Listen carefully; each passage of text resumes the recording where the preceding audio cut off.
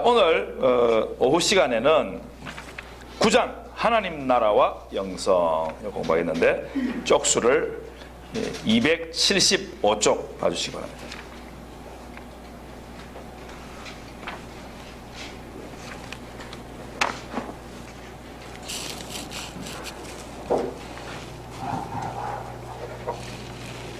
자, 하나님 나라와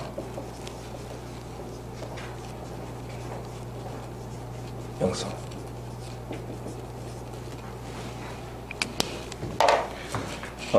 첫 번째 제목은 하나님 나라의 회복과 영성이고요.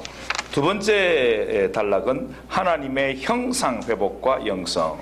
이것이 얼마나 비슷한 개념인가 하는 걸 이제 1번, 2번 공부하시게 되겠고, 그리고 이제 세 번째로는 종말론적 영성인 그리스도의 신부 단장과 영성 요 공부하고, 마지막으로는 우리 원장님 목사님 말씀하셨지만은 지상과 천상의 영성의 차이 요걸 좀 공부하면서 하나님 나라와 영성에 대해서 간략 하나마 공부를 하도록 하겠습니다.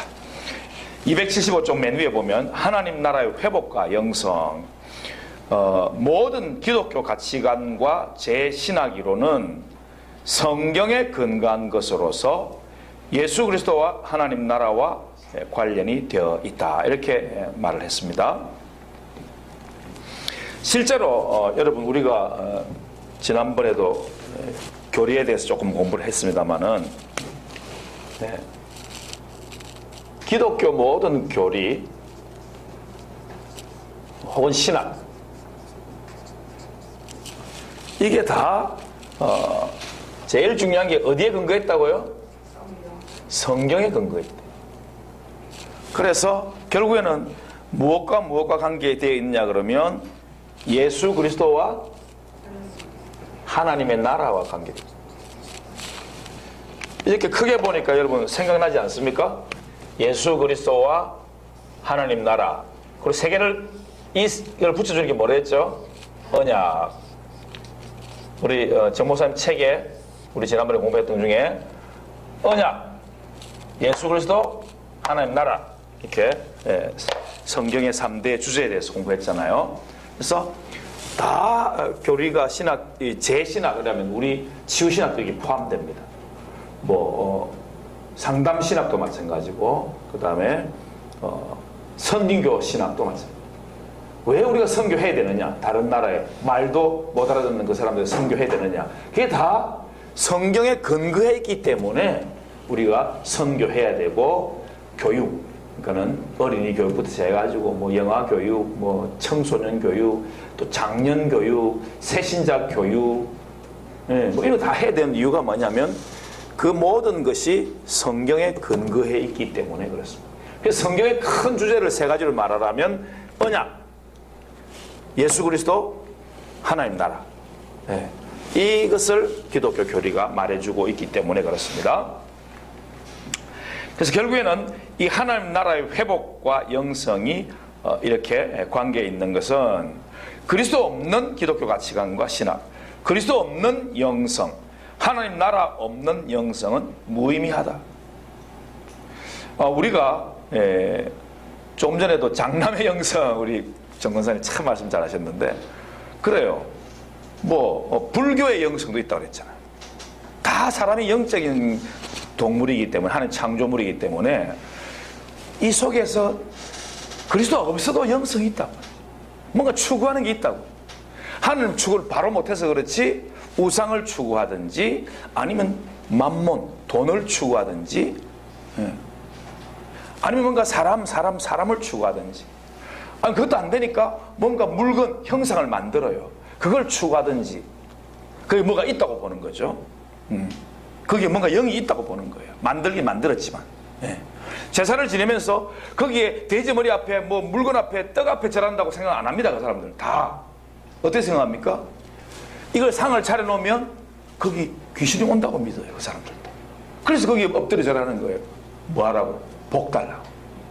이게 영성입니다. 잘못된 영성. 그래서 모든 신학, 기독교 교리, 기독론, 종말론, 교회론, 이렇게 우리가 지난 배웠죠. 이런 신론, 그리스도. 이런 모든 것들이 사실은 다 성경에 근거에 있어야 되고, 또 예수 그리스도 없으면 그건 아무 소용이 없다.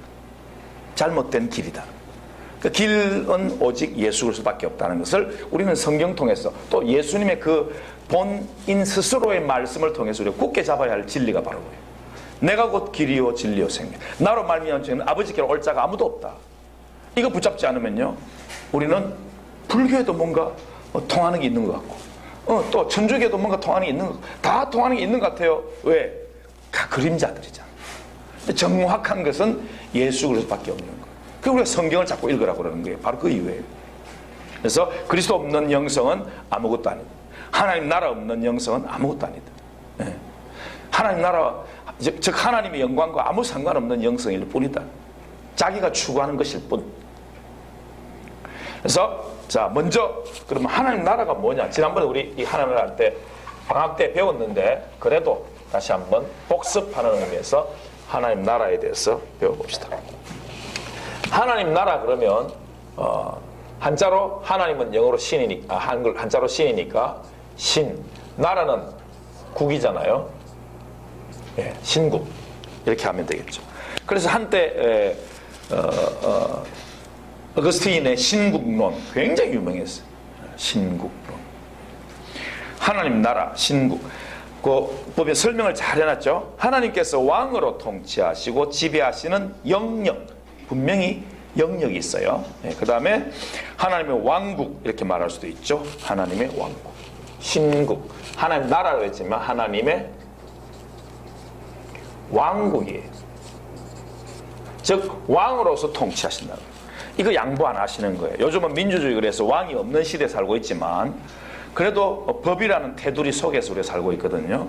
그래서 그 법을 지으신 하나님이 자기가 왕이 되시고 자기 백성들을 자녀 삼기 위해서 자기 아들을 아끼지 않고 우리를 다시 재창조해서 하는 나라로 들이시는, 입적을 하시는데, 그러니까는 양자가 된 거죠, 우리가. 저도 양자가 되어서 그걸 아는데, 아버지 양자가 돼서 왜 양자 되니까 제사 지내라. 옛날에는 양자를 드리는 이유가 뭡니까? 제사밖에 없었어요. 제사는 뭐냐 그러면 그 가게가 사는, 존속하는 그 모든 기초는 어디에 있다? 귀신들에게 있다. 그래서 귀신에게 제사를 잘 해야지 내 가게가 쭉 번성해진다. 이렇게 생각하기 때문에 제사를 계속 지내는 것이고, 그렇기 때문에 그 제사하고 관계가 있는 것이 왕이지, 왕. 귀신이 왕인 거예요. 왜냐하면 복을 줄 수도 있고 해코지도 할 수 있는 존재라고 믿었거든요. 귀신을 그렇게 섬긴 거죠, 우리 조상들이.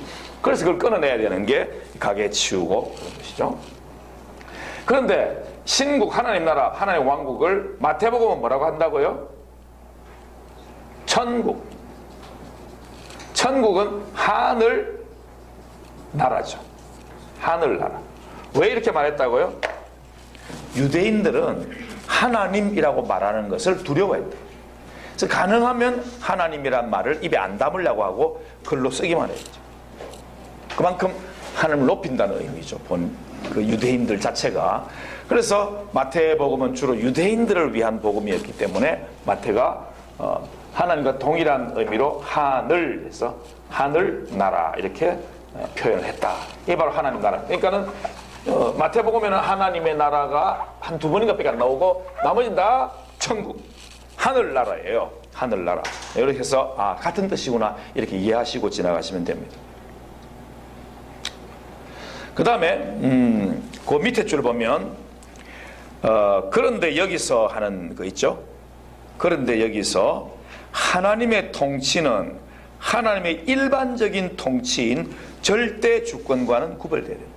이 우주를 하나님 만드셨기 때문에 절대 주권을 가지고 계시지만 그렇긴 하지만 주의 통치가 미치지 않는 영역은 단 한 곳도 없지만 모든 피조물은 심지어 불신자에 이르기까지 하나님의 통치는 여전히 미치고 있지만, 그러나 맨 마지막 그 단락에 성경이 말씀하는 하나님의 나라는, 이 성경이 말씀하기 중요합니다. 성경이 말씀하는 하나님의 나라는 그분의 통치를 받는 인간이, 즉 우리가 주의 공의로우신 다스림에 기꺼이 순복하는 하나님의 통치 영역이다. 그레엄 골즈워디라는 분이 그렇게 하나님 나라에 대해서 썼어요. 모든 이 우주 만물이 다 주님의 통치, 절대 주권 아래 있는 건 틀림없습니다. 왜냐하면 맨 마지막에 불신자와 신자를 다 하나님이 심판하시거든. 예수님이 심판자가 되셔서 그때는 전혀 양의 무리와 염소의 무리 완전히 나누어 버려서 염소의 무리들은 다 지옥에 떨어지게 되고 주님을 믿고 신뢰하고 자신을 기꺼이 순복했던 사람들만 주님 나라로 들이실 것입니다. 그러니까 이 모든 우주는 하나님 절대 통치 안에 있는 건 분명합니다. 그럼에도 불구하고 하나님 나라가 무엇인가 할 때는 좀 더 구체적으로 들어가면 하나님의 통치를 받는 우리가 주의 공의로우신 다스림에 기꺼이 순복하는 영역이다. 좀 뒤에 설명이 나옵니다만은 지금은 하나님 나라라는 것이 영역, 이 지리상의 영역은 없어요. 왜냐하면 아직까지 이 땅은 마귀의 손안에 있기 때문에. 마귀가 우는 사자처럼 믿는 자라도 집어삼킬 듯이 우리의 마음을 움직이려고 하고 우리를 주님에서 멀어지게 하려고 하기 때문에. 그러나 우리의 마음속에 예수님을 모시고 또 실수했을지라도 주님을 다시 또 재영접하면서 하나님 자녀의 그 삶을 살려고 애를 쓰는 그 순간, 그 영적인 순간, 그 순간마다 그게 주님 나라라. 순복할 때. 그래서 이것을 우리가 자꾸 깨달아야 돼요. 알아차림, 인식. 어떤 걸? 하나님의 나라가 나에게서 바로 지금 이 순간 망가졌구나.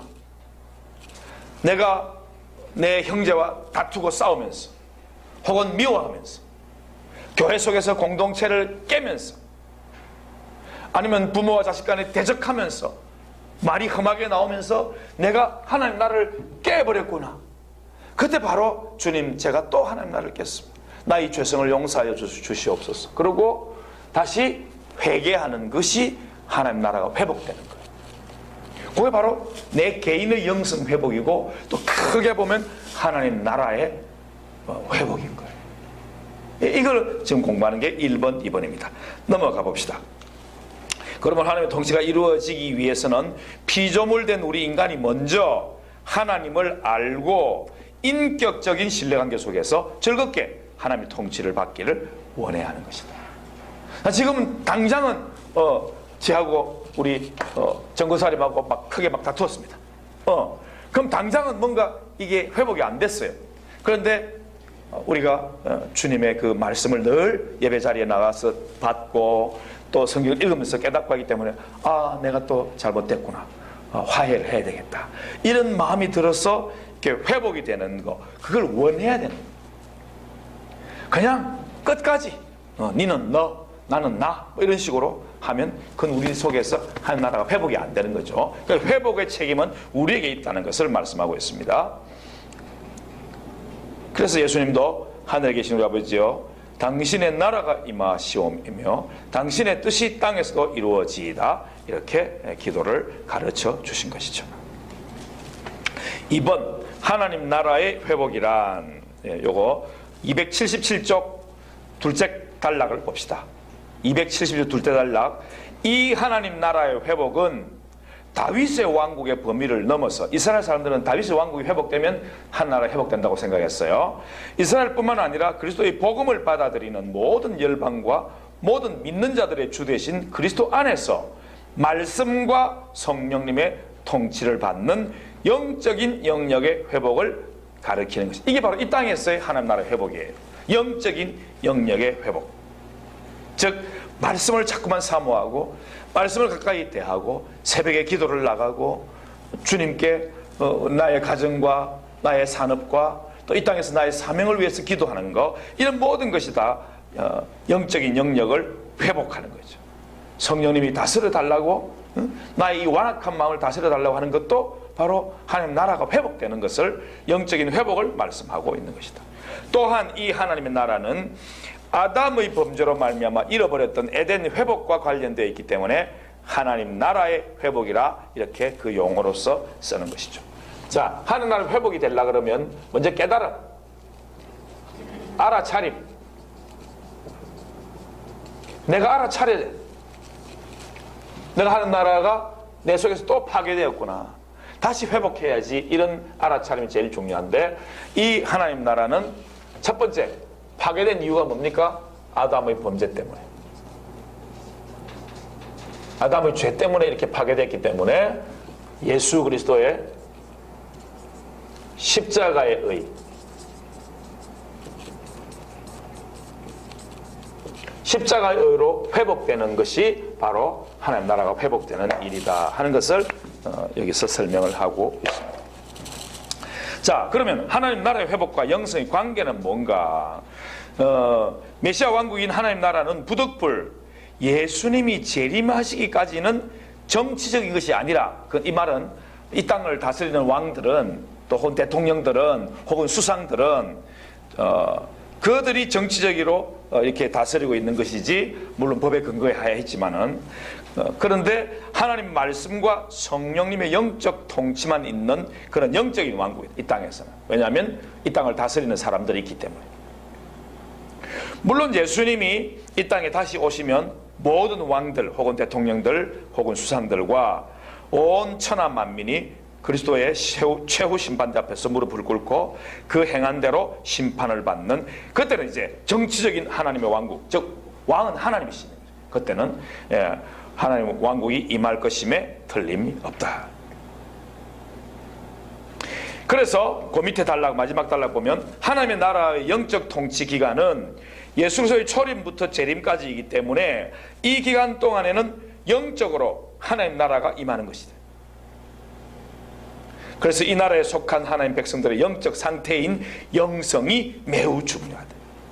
개인 영성의 분량으로 말한다면 영성이 극히 작은 자들은 하나님 나라를 이해하거나 경험하기가 어렵거나 아니면 조금밖에 경험 못하거나, 그러나 반대로 영성의 분량이 큰 이들은 충만한 하나님 나라를 누리고 풍성한 삶을 누리고 영생의 삶을 누리고 베푸는 삶, 나누는 삶을 살게 되는 것이라.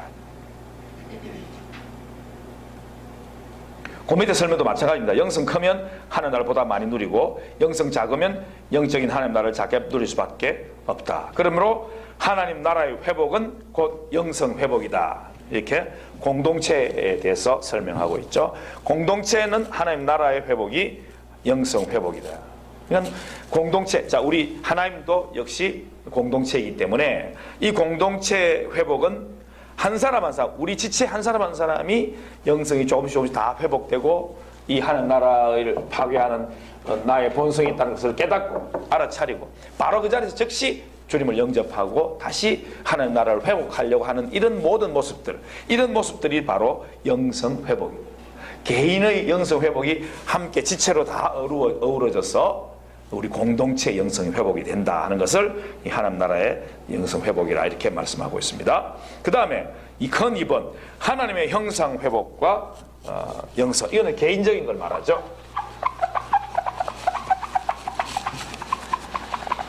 하나님 형상 회복, 하나님 형상 회복, 하나님의 형상 회복.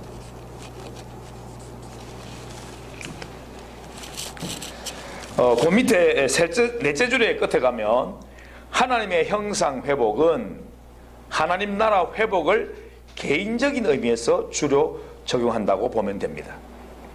하나님 나라의 회복은 개인이 아닌 공동체 내지 집단, 가정, 교회, 특정한 단체에 적용된다고 보면 됩니다. 하나님 나라가 성도 개인에게 임할 수 있으면 물론이죠.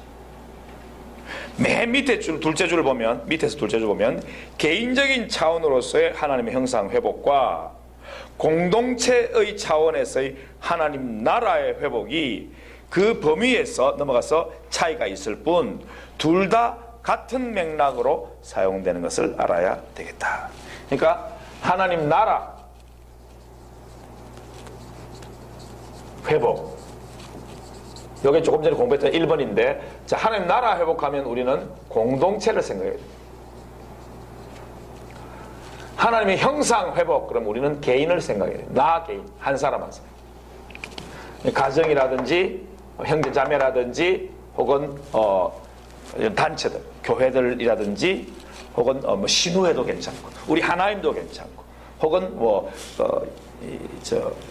양촌 센터 혹은 우리 저쪽에 교수님들이 이끌고 있는 어떤 또 단체, 다 치유 단체들이 많은데 그런 단체의 영성을 말할 때는 공동체, 그리고 나 개인 한 사람 한 사람 말할 때는 개인. 물론 이 공동체 속에 개인 지체가 있기 때문에 결국은 같은 의미로 봐도 되겠죠.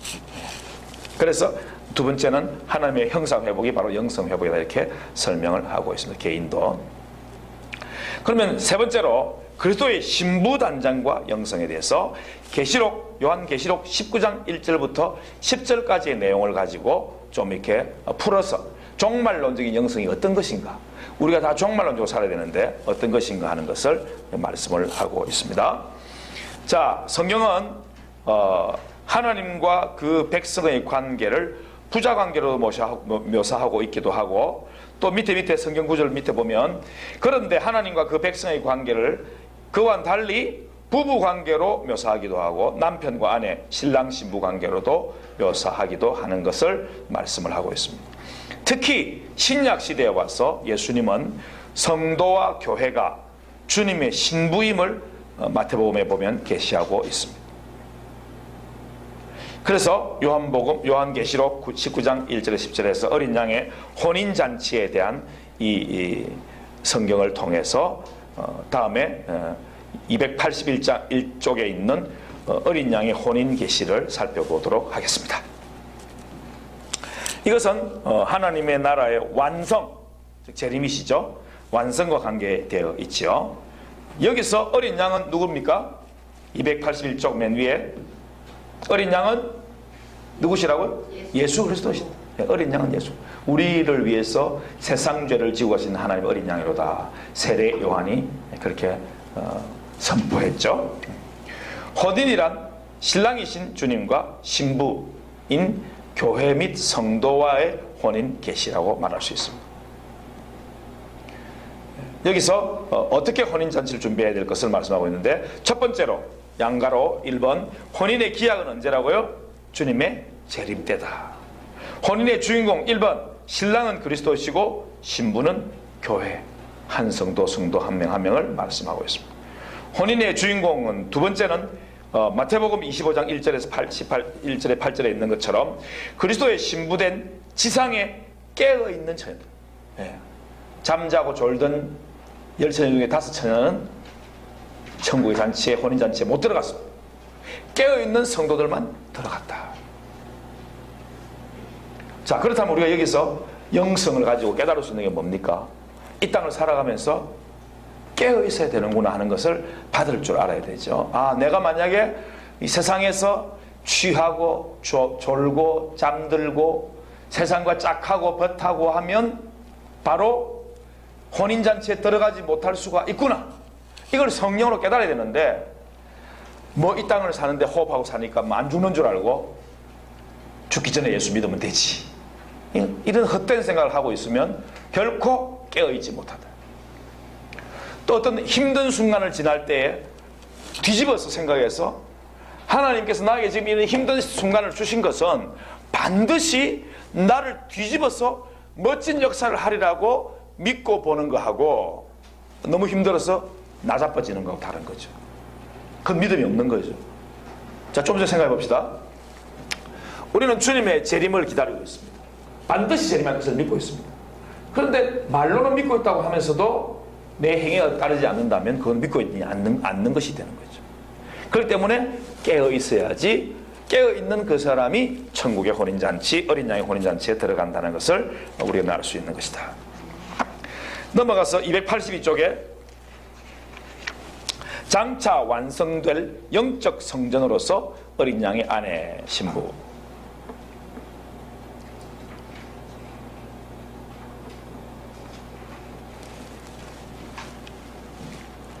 이것은 이 땅에서 하나님 나라의 회복을 위해서 우리 주님께서 어떻게 우리를 사용하셨는가 하는 것을 보면 알 수 있는데, 맨 처음에는 물론 언약을 주셨죠. 언약을 주셨는데 그 언약 가운데 최초로 주신 게 아담, 타락한 아담도 버리지 아니하시고 아담과 하와를 위해서 가죽옷을 지어 입히시죠. 그러면서 여자의 후손이라는 메시아에 대한 약속, 즉 너희들을 그냥 버리지 않고 메시아를 통해서 구원코자 하는 하나님의 그 사랑을 말씀하셨죠. 그래서 이것이 약속된 대로 가죽옷을 지으려면 짐승을 잡아야 되잖아요. 그래서 드디어 제사제도가 나오는데 그 제사제도에 통해서 우리에게 주어진 것이 바로 성막이라는 것이 주어졌어요. 이 성막이 주어짐과 동시에 그 세월이 지나면서 계속 이 제사를 통해서 이 이스라엘 민족을 구원하고 제사장 나라로 삼아서 그 이웃의 나라들을 다 복음을 전하기 위한 그런 아름다운 발이 되어주기를 바랄 것만 이스라엘 민족은 자체적으로 다 우상을 섬기면서 타락해버리고 말이죠. 아담의 길을 따라가 버린 거죠. 그 방법이 없는 거죠. 그래서 성전을 줬죠. 하나님께서 왜 성전을 주냐면 다윗을 통해서 등불을 끄지 않는 거예요. 어떻게든지 이 등불을 이어서 바로 세상 죄를 지고 가는 하나님의 어린 양, 세상 죄를 지고 가는 하나님의 어린 양 예수 그리스도, 너희가 이 성전을 흘러 내가 사흘 만에 지으리라. 이게 그 당시 헤롯 성전이 40몇 년 동안 지었던 것인데, 그리고 예수님 돌아가시고 나서도 몇 해 더 지어가지고 완성하자 말자 좀 몇 해 안 지나서 또 로마에 의해서 파괴돼 버립니다. 그게 눈에 보이는 성전이에요. 근데 이 성전이나 성막, 이 가죽옷이라는 언약이라는 이 모든 구약의 체제가 어디에 귀결되어 있느냐? 세상 죄를 지고 가는 하나의 어린 양인 예수님, 자기 몸, 하나님이지만 이 땅의 피조물인 자기가 지은 인간의 몸을 입고 이 땅에 오신 그 예수님의 육체, 그 무지한 피를 흘리시는 주님의 몸을 통해서 우리가 이 모든 것을 완성시키는 구원에 이르게 됩니다. 그래서 주님의 초림과 주님의 재림 사이에 살고 있는 우리들에게 깨어있으라. 깨어있어서 우리가 과연 어떠한 정체인가, 나라는 존재가 어떤 사람인가, 주님이 자기 몸을 버리고 하나님이신 당신이 자기 몸을 우리를 위해서 대신 희생해서 구원하신 그런 존귀한 존재다, 천사보다 더 귀한 존재다 하는 것을 계시를 통해서 우리에게 말씀해 주시고, 장차 어린 양의 혼인잔치를 통해서 이제는 그때는 예수님이 그 천국의 주인이시기 때문에 이런 눈에 보이는 성전이나 성막이나 이런 게 필요 없다는 거예요. 그래서 이 시대를 초림과 재림 사이에 살고 있는 우리 신약 시대의 성도들은 사실은 자신의 몸이 성전인 줄 알아야 되는 거죠. 그래서 내 몸을 함부로 하지 않아야 되는 거예요. 귀하게 여길 줄 알아야 되는 거예요. 몸과 마음을 다 귀하게 생각할 줄 알아야 되는 거죠. 그래서 장차 천상에서 이루어질 신부된 성전의 영광이라 그렇게 말하고 있습니다. 우리가 바로 그래서 신부인데 바로 성전이라, 성전의 한 부분이죠. 그 부분을 다 성전이라 이렇게 말씀해 주고 있죠. 두 번째는 283쪽의 맨 위에 2번 하늘 성전된 성도와 교회, 교회도 바로 하나님의 성전이라고 이 시대의 마지막 시대에 그렇게 말씀을 하고 있습니다.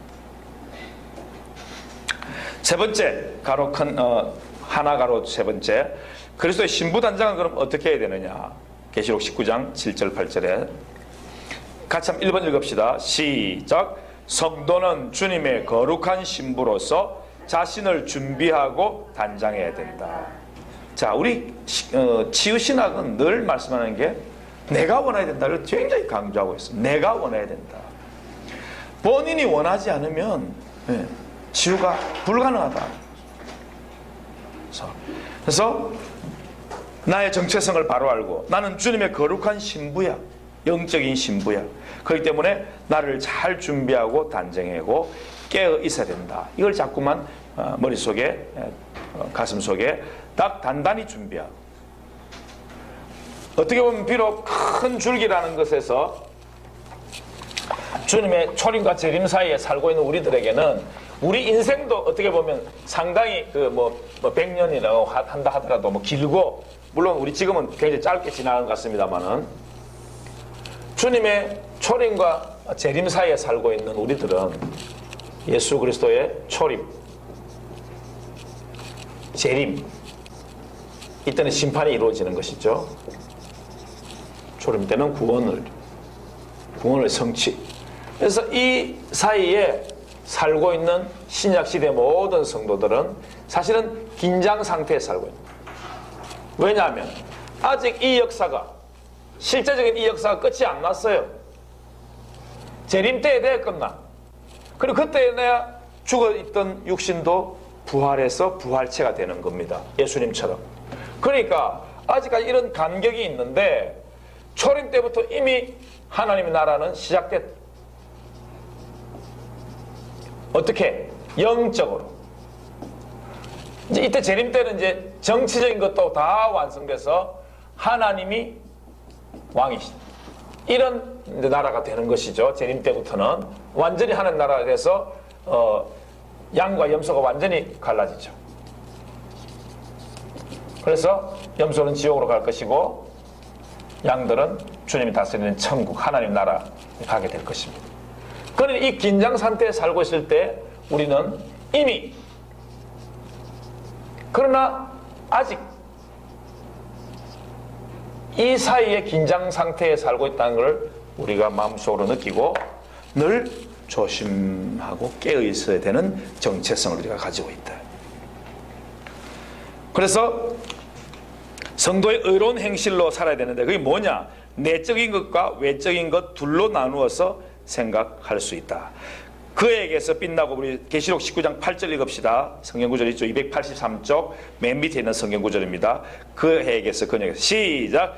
그에게 빛나고 깨끗한 세마포 옷을 입도록 허락하셨으니 이 세마포 옷은 성도들의 옳은 행실이로다. 성도들의 옳은 행실. 이게 자유의지를 가진 우리들에게 주님께서 요구하시는 바 그 삶을 말씀하고 있는 거죠. 결코 그냥 되어지는 일은 없습니다. 자유의지를 가진 우리들에게 예수님의 십자가 희생으로 또 3일 만에 성경대로 부활하심으로 우리에게 구원을 주셨지만, 이건 결코 완성된 구원은 아니에요. 구원을 받았으니 구원에 이르러야 돼요. 믿음으로 믿음에 이르러야 돼요. 이런 과정이 바로 이겁니다. 이미와 아직 사이에 긴장 상태에 있다는 말이에요. 그렇기 때문에 우리가 원해야 돼. 내가 원해야 돼. 내가 깨끗해야 돼. 내가 거룩해야 되고 내가 온전해야 되고, 나에게 주어진 자유의지의 삶을 가진 인격체로서의 삶을 주님은 요구한다. 자유의지를 가진. 그럴 때 내 속에서 영적인 하나님 나라가 이루어진다. 그러면 이미 내 속에는 하나님 나라가 이루어졌기 때문에 자유와 기쁨, 평화와 의, 이것이 내 속에서 용솟음 치면서 살게 된다는 겁니다. 그래서 그 밑에 보면 성도가 어떻게 내적 순결을 유지할 수 있는가? 보혈로 자신의 죄를 씻어야 된다. 이게 내가 해야 되는 겁니다. 삐뚤어진 것을 바르게 세운 일을 내가 해야 되는 것입니다. 이것이 치유사역인데, 이것을 위해서 내가 힘들면 치유사역자의 도움을 받아야 돼. 공부도 해야 돼. 교회 속에서 양육받는 것도 다 그 일 중에 하나예요. 또 이렇게 특별히 더 신학연구원에 가서 공부하는 여러분들은 또 특별한 사명이 있는 것이다. 이렇게 생각하면 됩니다. 그래서 이것이 흰옷 입은 자의 비밀이다. 즉 자기의 더러운 영혼 옷을 그리스도의 피로 씻는 것이죠. 그래야 흰옷이 되는 겁니다. 영혼의 옷을 깨끗이 씻는 일이란 것은 자신의 환난과 시험 중에 죄가 드러날 때마다 주 앞에 죄를 고백함으로써 자기 영혼을 보혈로 정결하게 씻는 것이다. 그 밑에 우리 사도 베드로의 교훈을 한번 쭉 같이 한번 돌아가겠습니다. 베드로전서 3장 3절부터 6절까지인데 어떻게 단장을 해야 되는지 같이 한번 읽어봅시다. 입으로 크게 시작. 너희의 단장은 머리를 꾸미고 금을 차고 아름다운 옷을 입는 외모로 하지 말고 오직 마음에 숨은 사람을 온유하고 안정한 심령에 썩지 아니할 것으로 하라. 이는 하나님 앞에 값진 것이니라. 전에 하나님께 소망을 두었던 거룩한 부녀들도 이와 같이 자기 남편에게 순종함으로 자기를 단장하였나니 사라가 아브라함을 주라 칭하여 순종한 것 같이 너희는 선을 행하고 아무 두려운 일에도 놀라지 아니하면 그의 딸이 된 것이니라. 베드로는 또 이것만 말씀한 게 아니죠. 아내들을 뭐라고 했습니까? 베드로서에 깨어지기 쉬운 그릇이라. 그 남편들이 아내를 어떻게 다루어야 된다? 깨어지기 쉬운 그릇을 알고 다루어야 된다. 깨놓고 또 깨졌네. 그러면 안 된다. 알아라. 깨놓고 하지 말고 성경 말씀에 분명히 말해놨으니까 무슨 여기 있는 말씀만 딱 보고 저 아브라함을 갖다가 사라가 주라 했지 이렇게 말하는 게 아니라는 것이죠. 아내는 깨지기 쉬운 그릇인 줄 알고 조심조심 하는, 그게 하나님 뜻이다. 또 아내들은 또 이렇게 사라가 아브라함을 주라 칭하여 순종한 같이 그렇게 하는, 남편은 남편대로 아내는 아내대로 자기가 그렇게 해야지 인격적인 그러한 하나님께 순복하는 삶이 될 수 있다. 서로 안 되는 사람을 향해서 손가락질하면서 그렇게 하면 그것은 하나님 나라가 이루어지지 못한다. 동그라미 2번. 둘째는 외적인 사역으로서 하나님 나라 확장과 건설을 위해 영적 자녀를 낳고 양육하고 치유하는 일이다. 재창조 사역에 수종드는 일이다. 우리가 다 지금 그 일에 동참하고 있는데 마가복음, 마태복음, 요한복음, 마태복음 복음을 전하라, 가르쳐 지키게 하라, 내 어린 양을 먹이라, 양을 치라, 병든 자를 고치고 귀신을 쫓아내고 거저주라 하는 이 모든 말씀이 예수님의 네 가지 사역에 다 포함되어 있지 않습니까? 이 땅을 살면서 우리에게 주어진 그 사명이라는 게 바로 이것이다. 첫 번째는 뭐죠? 전파하라, 전도. 1번이 전도 혹은 선포, 복음을 선포하는 거죠. 두 번째는 교육, 양육. 양육. 교육이라 그러니까 조금은 좀 이렇게 강한 맛이 들고 학교적인 그런 마음이 든다면 옛날 말로 양육. 정말 어머니처럼 그런 마음으로 양육. 세 번째는 뭐라고요? 치유. 네 번째로는 속죄. 예수님은 속죄. 우리는 뭐라고요? 사죄 혹은 용서. 이게 바로 주님을 닮는 길이고 주님을 본받는 길이다. 이게 하나님 나라의 확장과 건설을 위해서 외적인 사역이다. 내적 외적인 그런 신부단장이 뭐라고요? 바로 교회의 이 네 가지 사명, 이 감당하는 것이 바로 신부단장입니다. 그 중에서 어떤 분은 전도의 삐를 받아가지고 천국 나 혼자 갈 수 없잖아요 하고 막 강권적으로 막 수백 수천 수만 명에게 전도한 사람이 있어요. 이건 주님의 은혜죠. 또 어떤 분은 교회 이렇게 믿고 양육받고 나자마자 교사 돼가지고 대학생 때부터 결혼하고 또 직장 다니고 할아버지 될 때까지 교사하는 분도 있어요. 지난 토요일 날 제가 인제 갔다 왔는데 인제 저 아내를 멘토해 주셨던 그런 귀한 권사님이 한 분 계시죠. 나이 차이는 별로 안 나죠 있더라고요. 근데 너무너무 참 어머니 같은 그런 심정으로 양육을 해 주신 분, 진심으로 기도해 주시고 꼭 밤 12시에 가면 올라가서 밤에 골방에 가서 기도해 주신, 그렇게 이렇게 새롭게 된 가정들이 많아요. 참 귀한 사명을 감당하신 분인데, 그분이 분당 지구촌교회에 계시다가 이제 남편이 원래 강원도 인제 산골에 진짜 산골이더라고요. 거기에 이제 살다가 고등학교 졸업하고 대학 서울에 와서 하고 국어교사 돼서 해가지고 평생을 고3, 고등학생들 가르치다가 이제 은퇴를 하셨어요. 은퇴하기 얼마 전에 내가 농촌 내 살던 동네에 가서 내 고향의 형제 자매들을 위해서 복음 전도도 하고 양육도 하고 이렇게 하리라 결심하고 이제 고향에 갔는데, 고향에 자기 집이 있어. 근데 다 무너졌어. 터가 어머니 돌아가시고 아무도 안 돌보니까 거기를 다 개간이 아니라 다 이제 긁어내고 새로 집을 멋지게 지었어. 그래서 거기에 이제 그 산도 앞산에 자기 조상 아버지부터 내려오던 그런 산이 있어서 거기 조금 더 사고 해가지고 산을 조금 더 넓히고 그 집을 이쁘게 지어가지고 권사님하고 장로님이 내려가서 사시는데, 거기 가서 이제 사과나무도 심고 진짜 맛있더라고요. 그리고 막 야채를 심어가지고 막 따고 막 그냥 올해는 좀 늦어가지고 뭡니까? 쌈 싸먹는 거. 곰치 그걸 못 가져왔어요. 그리고 또 머위도 있는데 머위도 못 따가왔어요. 너무 막 시간이 없어서 3시에 출발해가지고 밤 1시 반인가 도착했거든요. 근데 말씀드릴 게 뭐냐면, 그분들이 내려간 이유가 이걸 감당하기 위해서. 이거는 아무나 생각할 수 없는 거예요. 여러분 생각해보세요. 분당에 사실 되게 넓은 집에 살았거든요.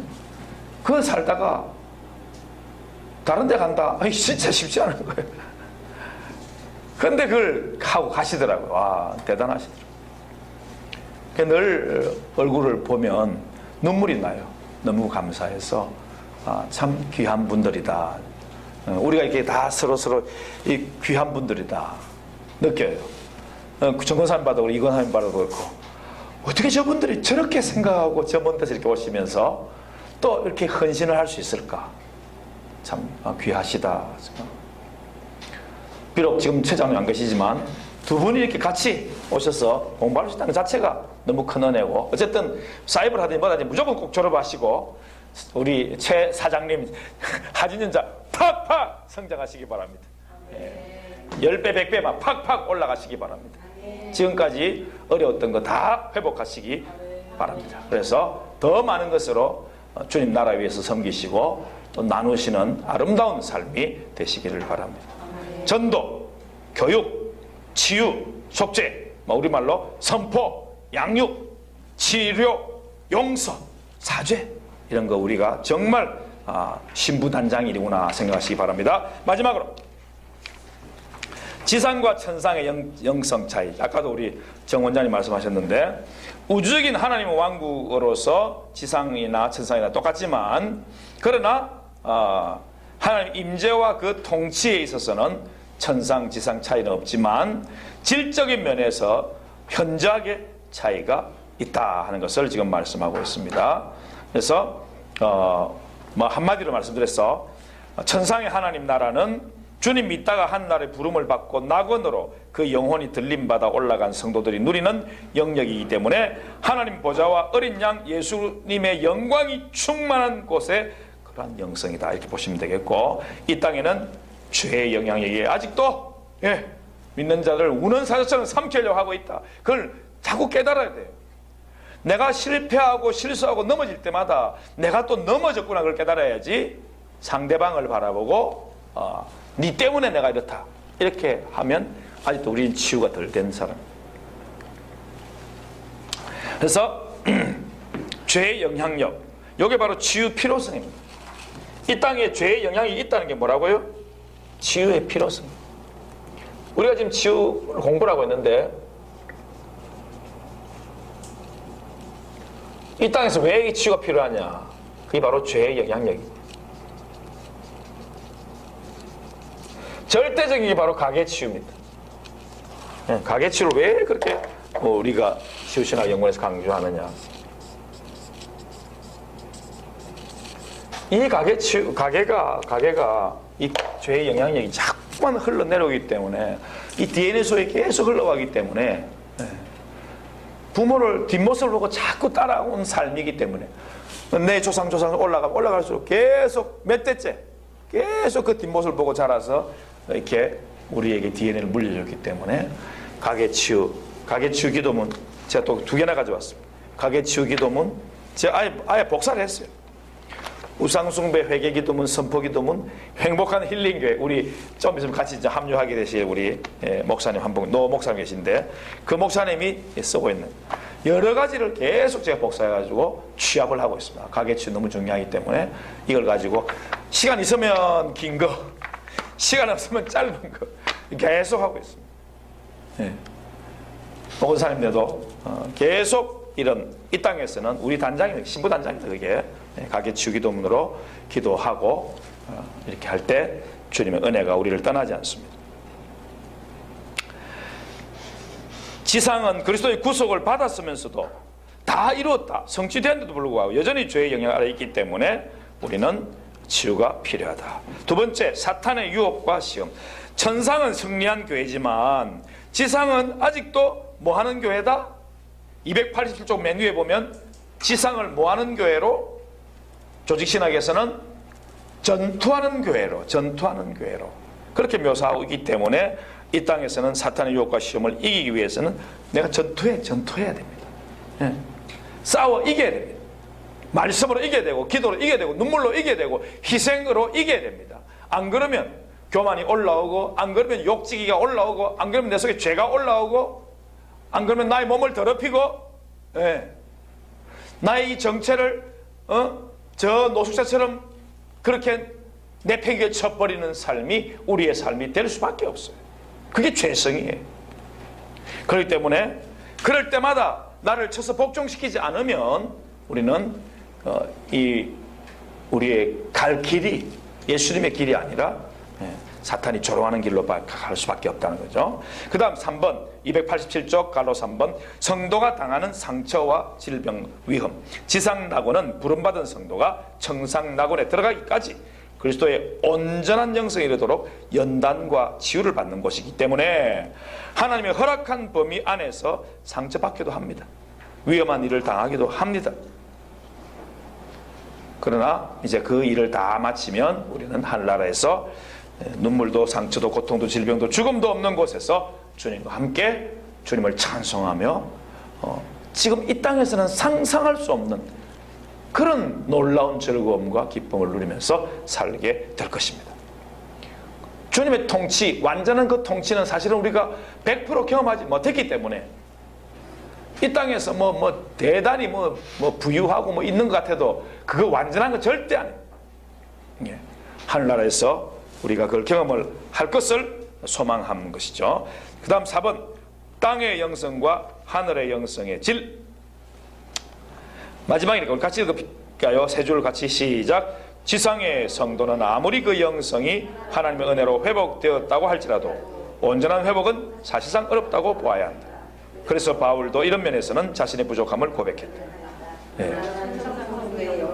거의 완벽할 정도로 회복된다고 믿는다. 우리 기독교 교리는 천상에서 이루어지는 영성의 단계를 일컬어 영화라고 부른다. 글로리피케이션 영화라고.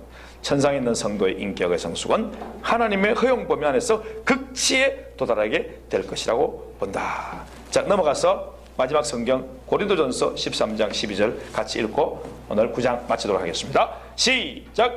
우리가 지금은 거울로 보는 같이 희미하나 그때에는 얼굴과 얼굴을 대하여 볼 것이요 지금은 내가 부분적으로 하나 그때에는 주께서 나를 아신 것 같이 내가 온전히 알리라.